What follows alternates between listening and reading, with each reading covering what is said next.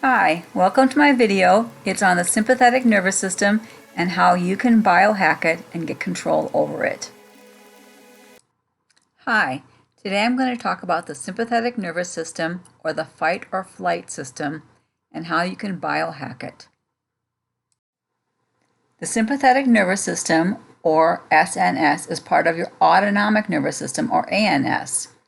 The ANS regulates your unconscious body processes but is heavily influenced by your mind. In general, the sympathetic nervous system usually activates bodily processes. From evolution, we know this is the way the body responds to real or perceived threats. This is why it is called the fight or flight response. The SNS is wired into everyone's nervous system because it is essential for our survival. How do we know this? Some studies have been done on some hapless monkeys who've had their perception of fear wiped out by surgically removing their fear center or amygdala. They die within hours to days when released into the wild because they need to perceive fear in order to survive. Your SNS affects your heart. Your heart can race and you can feel palpitations. Its purpose in evolution is to prepare the person to fight the tiger or to flee from the tiger. The purpose now is to warn you that something is wrong or that a stressor is present. It also affects your lungs. Your bronchial tree opens up and your breath rate increases.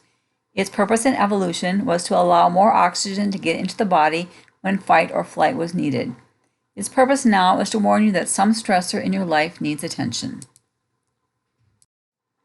It affects your GI tract or intestinal tract. The blood vessels turn off in this part of the body so the GI tract effectively shuts down. Its purpose in evolution was to prepare the person for fight or flight by diverting more blood to the muscles where they were necessary. Its purpose now is really nothing except to give you that gut-sinking feeling. It can affect your metabolism. It allows glucose and sugar to be liberated for use in the muscles. Its purpose in evolution is to prepare the muscle for increased nutrient needs in a fight or flight situation. Its purpose now is nothing except that it can raise your blood sugar to unhealthy levels. It can affect your eyes. Your pupils will dilate and you will develop tunnel vision. Its purpose in evolution, of course, would be to allow your eyes to have a clear view of the danger without distraction. There is no purpose now except as a sign that this system is activated. It could improve mental focus, however, by moving distractions around you. You know it has affected your muscles when your muscles feel tense as blood flows into them. Its purpose in evolution was, of course, to prepare the muscles to fight or flee. There's very little purpose for it now unless you are in a situation where fight or flight is necessary. It can lead to chronic muscle tension, headaches, and backaches. These are some other symptoms of sympathetic nervous system activation that you may be familiar with, such as dry mouth or goosebumps. Your SNS can get activated or turned on by an actual threat, such as an oncoming car or personal attack, a perceived threat, such as a boss yelling at you, an imagined threat, such as thoughts that lead to anxiety, or flashbacks, which are uncontrolled imagination or reliving past events. So, what is biohacking? You can define it as using your desire to understand your bodily and mental reactions to stimuli and making use of everything you can, technology, tools, and science, to become the best version of yourself. This can apply to your autonomic nervous system too. The effects of biohacking your SNS are many. You can effectively trick your body into feeling safe and calm when you don't feel that way initially. You can also use things that reduce the effects of too much sympathetic nervous system stimulation on your body. These are just a few biohacking behaviors you can use to reduce sympathetic nervous system activation. Breathing is a big one, using biofeedback or relaxed abdominal breathing in order to achieve feelings of calm. I'll talk more about this in another video. Yoga, Tai Chi, or Qigong use relaxed postures and breathing to induce calmness. Mindfulness. This involves staying in the moment through distraction and attention to the present time. It will also reduce your sympathetic nervous system activation. Meditation.